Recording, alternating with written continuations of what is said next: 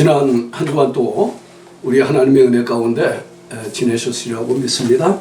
오늘은 빌립보서 3장 17절에서 21절까지 나오는 말씀을 통해서 사도 바울이 그려내고 있는 그리스도인의 모습을 한번 살펴보도록 하겠습니다. 17절 형제들아 너희는 함께 나를 본받으라. 또 우리로 본을 삼은 것 같이 그대로 행하는 자들을 보이라. 내가 여러 번 너희에게 말하였거니와 이제도 눈물을 흘리며 말하노니 여러 사람들이 그리스도 십자가의 원수로 행하느니라. 저희의 마침은 멸망이요 저희의 신은 배요 그 영광은 저희의 부끄러움에 있고 땅의 일을 생각하는지라 자라. 오직 우리의 시민권은 하늘에 있는지라. 거기로서 구원하는 자 곧 예수 그리스도를 기다리노니 그가 만물을 자기에게 복종케 하실 수 있는 자의 역사로 우리의 낮은 몸을 자기 영광의 몸의 형체와 같이 병케 하시리라.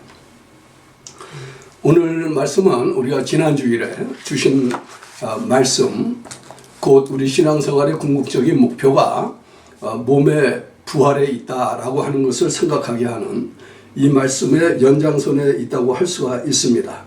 그래서 오늘 읽은 말씀에 보면 마지막 절에 사도 바울은 이렇게 얘기하죠. 우리가 예수 그리스도를 기다리는 것은 그가 만물을 자기에게 복종케 하실 수 있는 자의 역사로 우리의 낮은 몸을 자기 영광의 몸의 형체와 같게 병케 하시겠다. 그래서 이 몸의 변화라고 하는 게 우리 신앙생활과 아주 밀접하게 맞물려 있다라고 하는 것을 생각하게 하는 말씀인데, 그 결론에 가기 전에 먼저 제가 이런 말씀을 할 수 있을 것 같습니다. 목회자들에게는 누구나 다 약간씩의 약간이 아니라 사실은 상당한 고뇌가 있다고 할 수 있겠는데, 그 중에 하나가 믿는 사람들이 어떻게 신앙생활 가운데서 성숙한 그리스도인들이 돼가냐, 우리가 그것을 어떻게 측정할 수 있겠나, 이런 질문들이죠. 특별히 이 코로나 팬데믹 때문에 이렇게 잘 모이지 못하는 이런 과정 속에서 교인들이 이렇게 흩어져 있지 않습니까? 사도 바울이 빌립보서를 쓸 때 사도 바울의 형편은 감옥에, 그러니까 옥중에 있었던 상태라고 우리가 알고 있거든요. 그러면 사도 바울이 일상 다른 때와 같이 자유롭게 성도들을 만날 수 있는 때가 아니고, 또 만나서 이야기하면서 그 사람들의 믿음의 상태가 어떤지를 확인할 수 있는 이런 상태가 아닌데, 그럼에도 불구하고 사도 바울은 그 사람들에게 이제 서신을 쓰면서 그 밖에서 들은 여러 가지 얘기 가운데 예수의 이름으로 똑같이 행하는 것 같은데, 어떤 사람들은 오히려 십자가의 원수로 행하는 사람들이 있고, 어떤 사람들은 정말 주의 복음이 잘 드러나기를 원하는 이런 마음으로 신앙생활하는 사람들이 있었다라고 하는 것을 시사하고 있는 본문이 이 말씀이에요.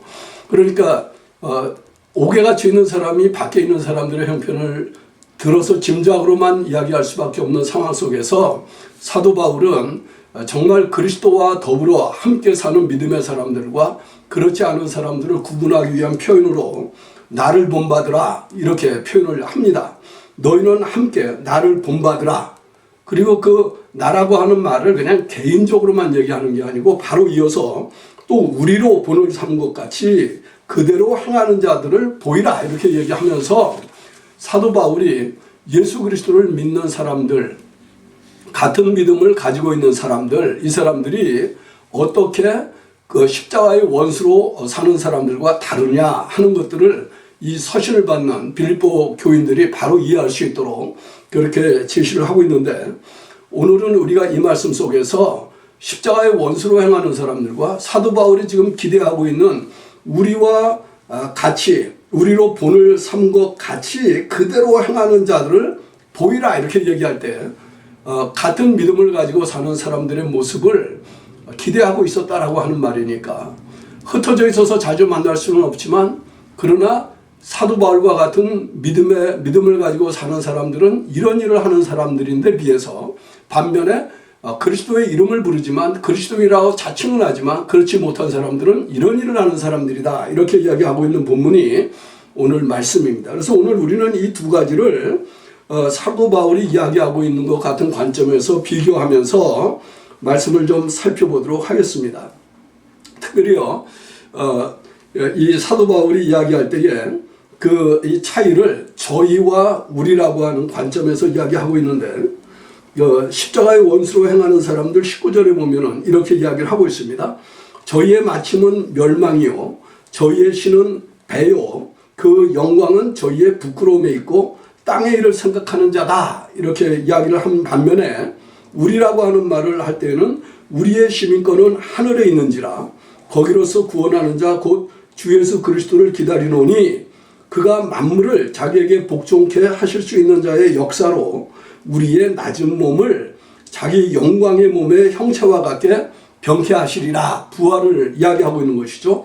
몸의 부활을 이야기하고 있는 것이죠. 그래서 여기서 우리가 먼저 잠깐 생각하는 것은 땅과 하늘의 대조를 생각하는 거예요. 이 십자가의 원수로 행하는 사람들, 예수 그리스도의 이름을 부르지 않는다는 게 아니라 예수의 이름으로 산다라고 얘기를 하는데도 십자가의 원수로 행하는 사람들은 땅의 일을 생각하는 사람들이다. 그렇게 이야기를 했습니다. 땅의 일을 생각하는 사람들. 우리가 이제 뭐 지금도 마찬가지겠지만은 초대교회의 현상을 놓고 보면 예수를 믿기 때문에 하나님의 은혜 안에 있기 때문에 우리가 몸으로 사는 일은 아무렇게나 살아도 괜찮다. 율법이 우리에게 상관이 없다. 율법부터 자유로운 사람들이다. 이렇게 이야기하는 사람들이 있었습니다. 은혜로 살면 몸으로 하는 일은 아무렇게나 살아도 괜찮다. 이런 사람들은 궁극적으로 사도 바울이 이야기할 때에 하나님의 은혜를 이야기하고 그리스도를 이야기하지만 예수님이 십자가에 달려 죽었다라고 하는 것에 대해서는 바르게 이해를 못하는 사람들이라고 하는 말이죠. 그래서 그 사람들은 십자가를 통해서 우리를 구원하신 그리스도의 구속의 은혜를 생각하는 게 아니라 오히려 그것 때문에 이 세상에서 그 사람들이 어떻게 사느냐라고 하는 것을 이야기하고 그 일을 더 생각하는 사람들인데 이것을 사도 바울은 좀 완곡한 표현으로 아주 강하게 그 사람들을 질타하는 것처럼 하지 않으면서도 궁극적인 이야기를 하는데 이렇게 이야기를 한 겁니다. 그 사람들은 그 영광이 저희의 부끄러운 것에 있다. 이렇게 얘기를 했어요. 부끄러운 것에 있다라고 하는 것은 상당한 경우에 이 성적인 쾌락을 추구하는 모습을 연상하게 하는 표현이고요. 그렇기 때문에 그들의 신, 그들이 하나님으로 섬기고 있는 그들의 신은 배다 그랬어요. 먹고 사는 일에 관한 얘기겠죠.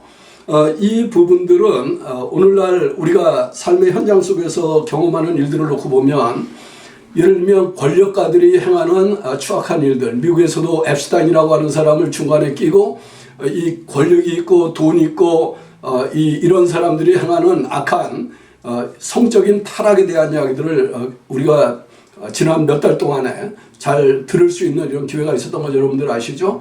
그러니까 그 사람들이 어떻게 보면 나는 천주교인이에요, 나는 기독교인이에요, 나는 교회를 출석해요 이야기 안 하는 게 아닙니다.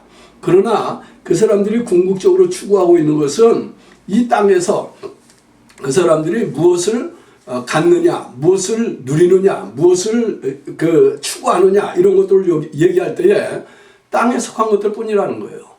그 사람들은 궁극적으로 사도 바울이 얘기할 때 그렇기 때문에 그들의 결국이 그들의 마침이 멸망일 수밖에 없다. 이렇게 얘기하는 겁니다. 근데 그 일들을 가만히 살펴보면 그 속에 핵심적인 중추 역할을 하고 있는 게 몸이에요. 몸을 가지고 사람들이 자기네들의 세계를 구상을 해 나가는데 그 몸의 궁극적인 쾌락을 위해서 그것이 이제 그 몸이 그들에게 이제 신이 되는 것이죠. 그 일을 위해서 그 사람들을 사는 사람들이라고 하면 하나님을 믿는 사람들은 사도 바울이 이야기하고 있는 이 사람들은 그와는 반대쪽에 서 있는 사람들이라는 겁니다. 그래서 그 사람들의 의식 속에는 하늘나라가 있어요. 그 사람들은 그 시민권이 하늘에 있다라고 하는 것을 알고 사는 사람들이에요. 예수 그리스도의 십자가의 죽음과 부활을 통해서 우리는 세상 나라로부터 자유해지고 하나님 나라 안에 들어온 사람들로서 이 말을 우리가 어둠과 빛으로 이야기하면 어둠의 나라로부터 자유해지고 빛의 나라로 들어온 사람들로서 자기의 새로운 정체성을 가지고 사는 사람들이라는 거예요. 하늘나라 시민권자라고 하는 이 정체성을 가지고 사는 사람들이 그리스도인들입니다. 우리가 시민권에 관한 것 가지고도 많은 시간을 보낼 수 있겠지만 여러분들이 한국에서 미국으로 이민 와가지고 미국 시민권자가 되었을 때 새로운 신분이 갖게 되어지는 이런 변화들, 특권들을 생각한다고 하면 그거는 비교할 수 없는 그야말로 반딧불을 태양에 비교하는 것 같은 것이지만 우리가 세상에 사는 사람들이 예수 그리스도의 십자가의 죽음과 부활을 통해서 영광스러운 하나님 나라를 사는 하늘나라의 시민권자들이 되었다라고 하는 것을 한번 생각해 보시면은 이해하실 수가 있을 거예요. 그렇기 때문에 이 사람들은 어떤 사람들이냐면 하늘로부터 부활하시고 승천하신 그 주님이 다시 오실 것을 고대하면서 사는 사람들이라는 거예요. 이 하나님 나라, 이 하늘이라고 하는 말은 어떤 영적인 실제로서의 하늘을 얘기하는 게 아니라 우리가 지금 보고 있는 이런 하늘을 얘기하는 겁니다. 예수님이 승천하실 때 제자들에게 그렇게 얘기했거든요. 너희가 왜 그렇게 서 있느냐? 구름 위로 올라가시는 그 주님, 내가 가는 곳을 본 그대로 다시 세상에 오시겠다. 그렇게 말씀하셨으니까 주님이 다시 오신다라고 얘기할 때 그 하늘은 우리가 보고 있는 이 하늘이에요. 주님이 다시 오셔서 세상 마지막 심판을 할 때 하늘이 떠나고 땅이 변하고 이렇게 되겠지만 재림하시는 주님이 우리가 눈으로 볼 수 있는 이 하늘에 나타나실 것을 고대하면서 사는 사람들, 다른 말로 이야기하면 그 뒤에 나오는 말씀대로 그 주님이 나타나실 때 만물을 복종케 하실 수 있는 그 하나님의 역사를 따라서 그 하나님께서 우리의 낮은 몸을 자기 영광의 몸의 형체와 같게 변하게 만들어 주실 수 있는 그 소망을 갖고 사는 사람들이 그리스도인이다, 이렇게 이야기를 하는 것입니다. 여러분들, 우리가 진정으로 예수님의 십자가의 죽음과 부활을 통해서 하늘나라 시민권자가 되었다라고 하는 것을 이야기한다고 하면 우리의 사는 삶의 형편이 어떻게 변하든지 관계없이 예수를 믿는 모든 사람들은 재림하시는 그 주님을 기다리고 살고 그 재림하시는 주님을 맞을 준비를 하고 사는 그런 사람들이라고 하는 말입니다. 사도 바울은 자기는 감옥에 갇혀 있지만 그러나 자기를 통해서 예수 그리스도의 복음을 전해 들은 사람들은 그렇기 때문에 이 몸의 부활에 대한 소망 때문에 세상의 것을 추구하는 사람들이 아니라 하늘의 것을 생각하는 사람들로 살라고 그랬어요. 이 말씀은 골로새서에서도 반복되는 말씀인데 위의 것을 찾으라. 위에는 누가 계시냐면 우리를 구속하신 예수 그리스도가 계시다, 이렇게 말씀을 하고 있지 않습니까? 그러니까 우리의 삶에 대해서 우리가 일일이 이렇게 다, 저는 마찬가지, 여러분들 교인들이 흩어져 있으면 어떻게 가가지고 다 당신들이 어떻게 삽니까? 이렇게 확인을 할 수가 있겠습니까? 그렇게 할 수가 없어요. 그러나 예수님을 믿고 주님의 재림을 고대하면서 사는 사람들은 세상에서 장래될 사람들이 하나님께서 기뻐하시는 그 일을 위하여 우리의 몸을 의의 도구로 드리는 삶을 살 것이라고 기대를 하는 것입니다. 최근에 와가지고 제가 오래전에 함께 신앙생활을 했던 교인들을 더러 만날 기회가 있는데 그 교인들의 소식도 듣고요, 이렇게 듣게 되어지는데 그 흩어져 있는 사람들, 우리가 오래간만에 이렇게 만나면 그런 생각을 하게 되어져요. 저 사람들이 지금 신앙생활이 어느 궤도에 가 있을까? 그 사람들의 신앙생활은 여전히 같은 궤적을 따라가고 있을까? 저는 확인할 길이 없죠. 그러나 바라는 것은 그들이 정말 예수님의 십자가의 구속을 통해서 새 사람이 되어졌다는 것을 믿고 부활에 동참한 사람들로서 믿음의 의를 옷 입은 사람들로서 하늘나라의 시민권자라고 하는 정체성을 가지고 사는 사람들이기를 바라죠. 또 그 사람들이 정말 그렇게 산다고 하면 그 사람들은 어느 곳에 있든지 무엇을 하든지 장차 다시 오실 그 주님을 주어진 처소에서 각각 다른 모습으로, 여러분들도 마찬가지지만 우리가 언제 어떤 모양으로 부름을 받을지 모르는데 그럼에도 불구하고 함께 그 주님을 영접하게 되어지는 날이 있게 될 것이라고 하는 소망을 가지고 살지 않겠습니까? 그러면 그 사람들은 세상에서 어떻게 살까?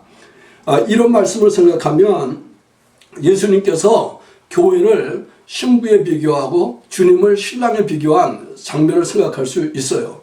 여러분들, 결혼을 앞두고 있는 젊은 남녀가 이제 분명하게 서로의 사랑을 확인하고 결혼식을 할 그 날을 기다린다고 하면 그 사람들의 마음가짐을 어떻게 정리합니까? 그 사람들의 몸가짐을 어떻게 생각합니까? 마음과 몸이라고 하는 게 따로 있는 게 아니거든요. 같이 있는 거거든요. 물론 우리가 살고 있는 이 세상에는 온갖 추한 얘기들이 많다 보니까 마음 따로 몸 따로 뭐 이렇게 생각하시는 분들도 없지 않아 있는 것 같습니다만은, 그러나 실제로 우리가 결혼을 앞둔 젊은 남녀의 입장에서 사랑을 이야기한다고 하면 마음과 몸을 다 같이 정결하게 상대방을 위해서 자신을 지키려고 애를 쓰는 이런 모습 볼 수 있지 않습니까? 그렇다고 하면 다시 오시는 주님을 고대하면서 사는 그 사람들, 그 주님이 다시 오시면 우리의 이 죽을 몸이 영광스러운 새로운 몸을 입게 되어질 것이라고 기대하는 이 사람들이 이 세상에서 어떻게 살겠습니까? 다 흩어져서 나름대로 주어진 삶의 현장을 살겠지만 교인들 여러분들 형편을 목회자가 일일이 다 따라다니면서 확인할 수는 없겠지만 그러나 여러분의 중심이 하늘나라의 시민권자라고 하는 확신을 갖고 살고 있고 재림하시는 주님을 고대하면서 산다고 하면 땅의 것에 연연하는 것으로부터 자유한 사람들로 살 수 있을 것이라는 것이죠. 적어도 여러분이 먹고 사는 일에만 몰두하지 않고 땅에서 쾌락을 추구하는 일에만 몰두하지 않고 땅에서 자기를 스스로 신격화하는 일에만 몰두하지 않고 오히려 하늘에 계신 그 주님을 향하여 눈을 들고 사는 그리스도인으로서 사시게 될 것이라고 믿습니다. 이것 때문에 사도 바울이 얘기하는 것은 너희가 나의 믿음을 본받, 나를 본받으라, 우리를 본받으라, 우리가 행하는 것 같은 것을 행하는 사람들을 한번 나타내 보여주어라 이렇게 이야기를 하는 것이죠. 목회하는 사람들의 그 한계를 여러분들이 생각하시고 또 여러분이 주님과의 깊은 관계를 생각하시면서 이 한 주도 정말 사도 바울이 이야기할 때에 그리스도인은 이런 사람들이다 하는 이 자기의 정체성, 하늘나라의 시민권자라고 하는 자기의 정체성과 다시 오실 그 주님, 그냥 공상적이고 환상적인 것이 아니라 주님이 제자들에게 얘기하셨던 것처럼 너희가 이제 내가 가는 곳을 보는 것처럼 너희가 다시 오는 것을 보겠다고 약속하신 그 주님이 다시 오실 것을 기대하며 사는, 그렇기 때문에 그 주님이 다시 오실 때에 우리 지금 이 썩고 죽을 수밖에 없는 몸을 갖고 살고 있는데 이게 영원히 사는 영광스러운 부활의 몸으로 바뀔 것이라고 하는 소망을 확실하게 붙잡고 사는 그런 저와 여러분이 되기를 우리 주님의 이름으로 축원합니다.